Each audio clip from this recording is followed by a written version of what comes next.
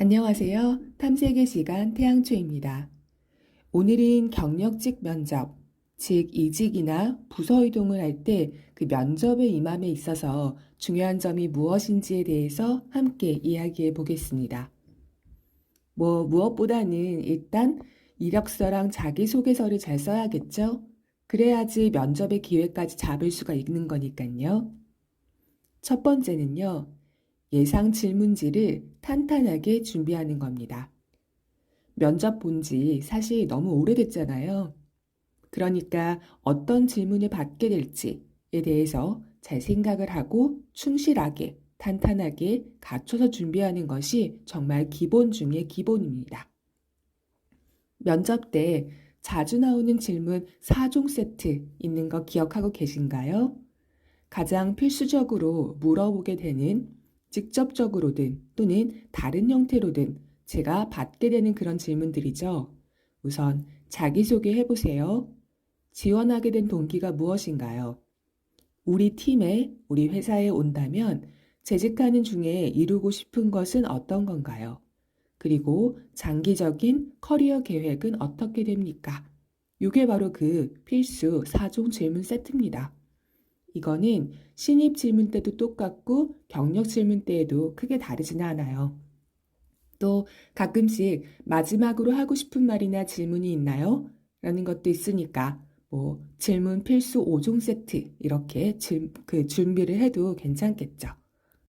다음으로는 인터넷 검색을 통해서 해당 업계에서 자주 출제가 되는 예상 인터뷰 질문을 뽑아봐야 됩니다. 그렇다면 가령 교육의 본질은 뭐라고 생각하냐?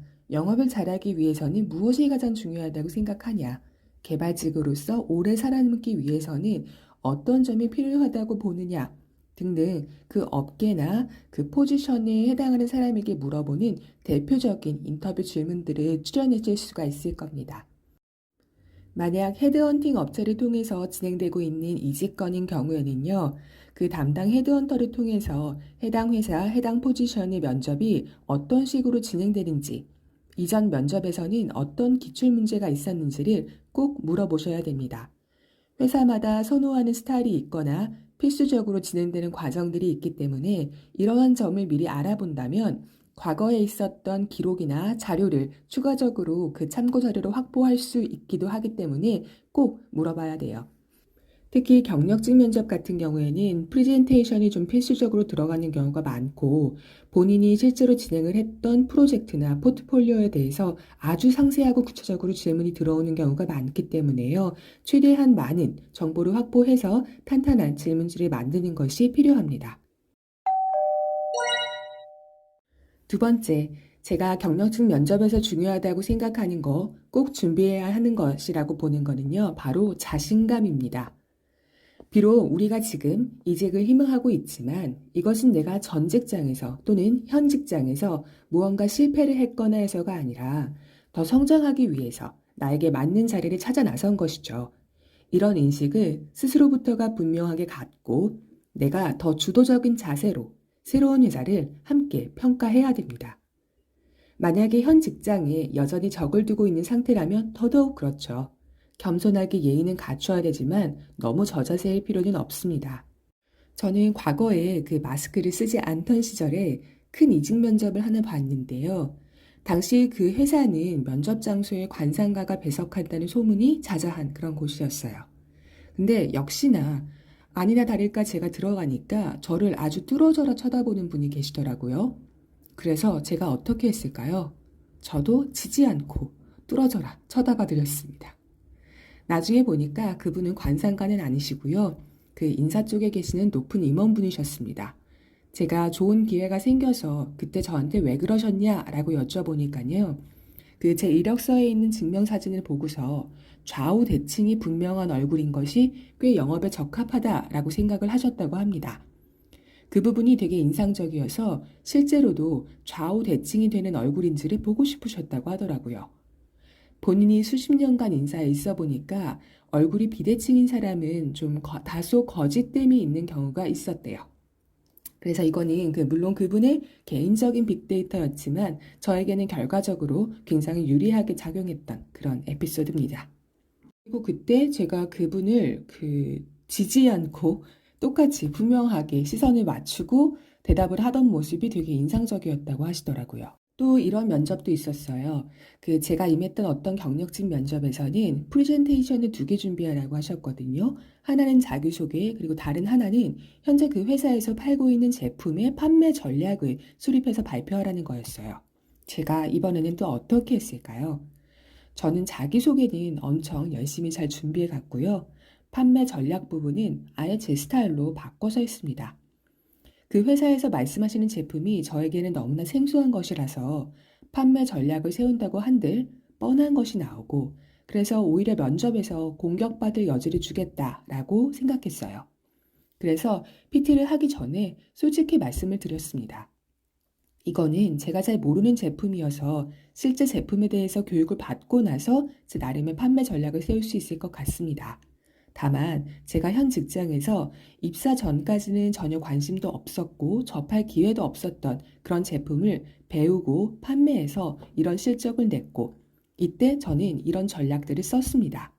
만약에 여러분께서 보시기에 저의 논리와 전략이 이곳에서도 잘 활용할 수 있을 것이라고 판단이 되시면 저를 뽑아주세요. 결과는 합격됐습니다. 뽑혔어요. 물론 이게 건방지게 받아들여지지 않도록 겸손하고 솔직한 태도로 말씀드렸죠. 왜냐하면 당시 저한테는 이게 진짜 저의 마음이었거든요. 저는 B2B만 했잖아요. 이런 원자재 또는 중간재는요, 일반 소비자인 저희가 이 제품의 영업사원이 되기 전까지는 이름조차도 알기 힘든 경우가 대부분이에요. 저는 이런 사람입니다 라고 솔직하게 말씀드리고 접근하는 게 오히려 더 호감을 불러일으키는 거죠. 뭐야, 저 사람 굉장히 자신감이 있잖아. 지금까지 했다는 걸 봐도 잘했고, 여기 데리고 와서도 잘하겠네. 실력 괜찮네. 이런 인상을 드리는 겁니다. 물론 저와 같은 태도가 항상 정답인 것은 아니겠죠. 그러나 기본적으로 이렇게 자신감을 갖고 경력직 면접에 임하셨으면 좋겠습니다. 더 나은 길, 더 멋진 커리어, 더 확장된 세계를 향해서 나아가려는 여러분의 모습, 그것만으로도 충분히 칭찬받을 만합니다.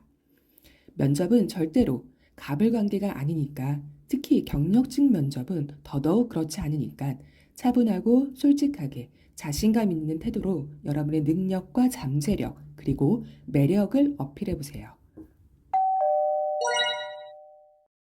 마지막으로 당부를 드리고 싶은 말씀은요, 의연한 마인드셋입니다. 어떤 면접에서 떨어질 수 있어요. 그런데 이 경력직 면접에서는요, 이 면접에서 떨어졌을 때 이게 여러분의 능력이 부족하다라는 뜻은 꼭 아닐 수도 있다라는 말씀을 드리고 싶어요. 그냥 그 회사랑 케미가 안 맞았을 수도 있고요. 뭐 대놓고 걸러내지는 않았지만 애초에 여성이거나 워킹맘이어서 덜 선호되었을 수도 있고요. 아니면은 진짜 면접관이 싫어하는 사람과 닮은 구석이 있어서 그래서 떨어졌을 수도 있습니다. 저도 그런 경험이 있어요.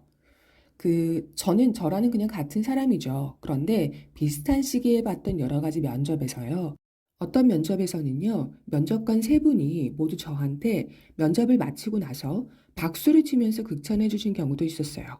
그런데요, 비슷한 시기에 봤던 어떤 다른 면접에서는 제가 1차도 통과하지 못했습니다. 그런데 그 두 회사를 객관적으로 따져봤을 때 제가 상대적으로 재계 순위가 낮고 규모가 작은 곳에 붙었냐? 절대 아닙니다. 반대였어요, 오히려. 물론 저도 면접에서 떨어지면 상심이 크죠. 마음의 상처가 됩니다. 하지만 시간이 지나고 보니까요. 제 경우도 그렇고, 그리고 다른 분들의 경우도 그렇고, 이게 이 사람이 부족해서가 아닐 수 있겠구나 라는 생각이 들었어요. 그냥 그 떨어진 회사는 또는 그 떨어진 부서는 그냥 나랑 맞지 않았을 뿐이다. 이렇게 자연스럽게 생각이 정리가 되더라고요. 오히려 면접을 준비하고 그 실제 현장에서 답변을 하다 보니까 아, 내가 이 부분을 더 보완하면 좋겠구나 라는 게 생겨서 그 다음 면접에서 되게 유리하게 도움이 된 적도 있고요. 그러니까 여러분께서도요, 실력을 갖추고 나만의 스타일을 만들고 그리고 자신 있게 의연한 마인드셋으로 경력직 면접에 임하시기를 바랍니다. 그러면 인터뷰의 결과도 더 좋게 나올 거예요. 조금이나마 도움이 되셨다면 구독과 좋아요를 부탁드립니다. 오늘도 소중한 시간에 감사드려요. 지금까지 탐색의 시간 태양주였습니다.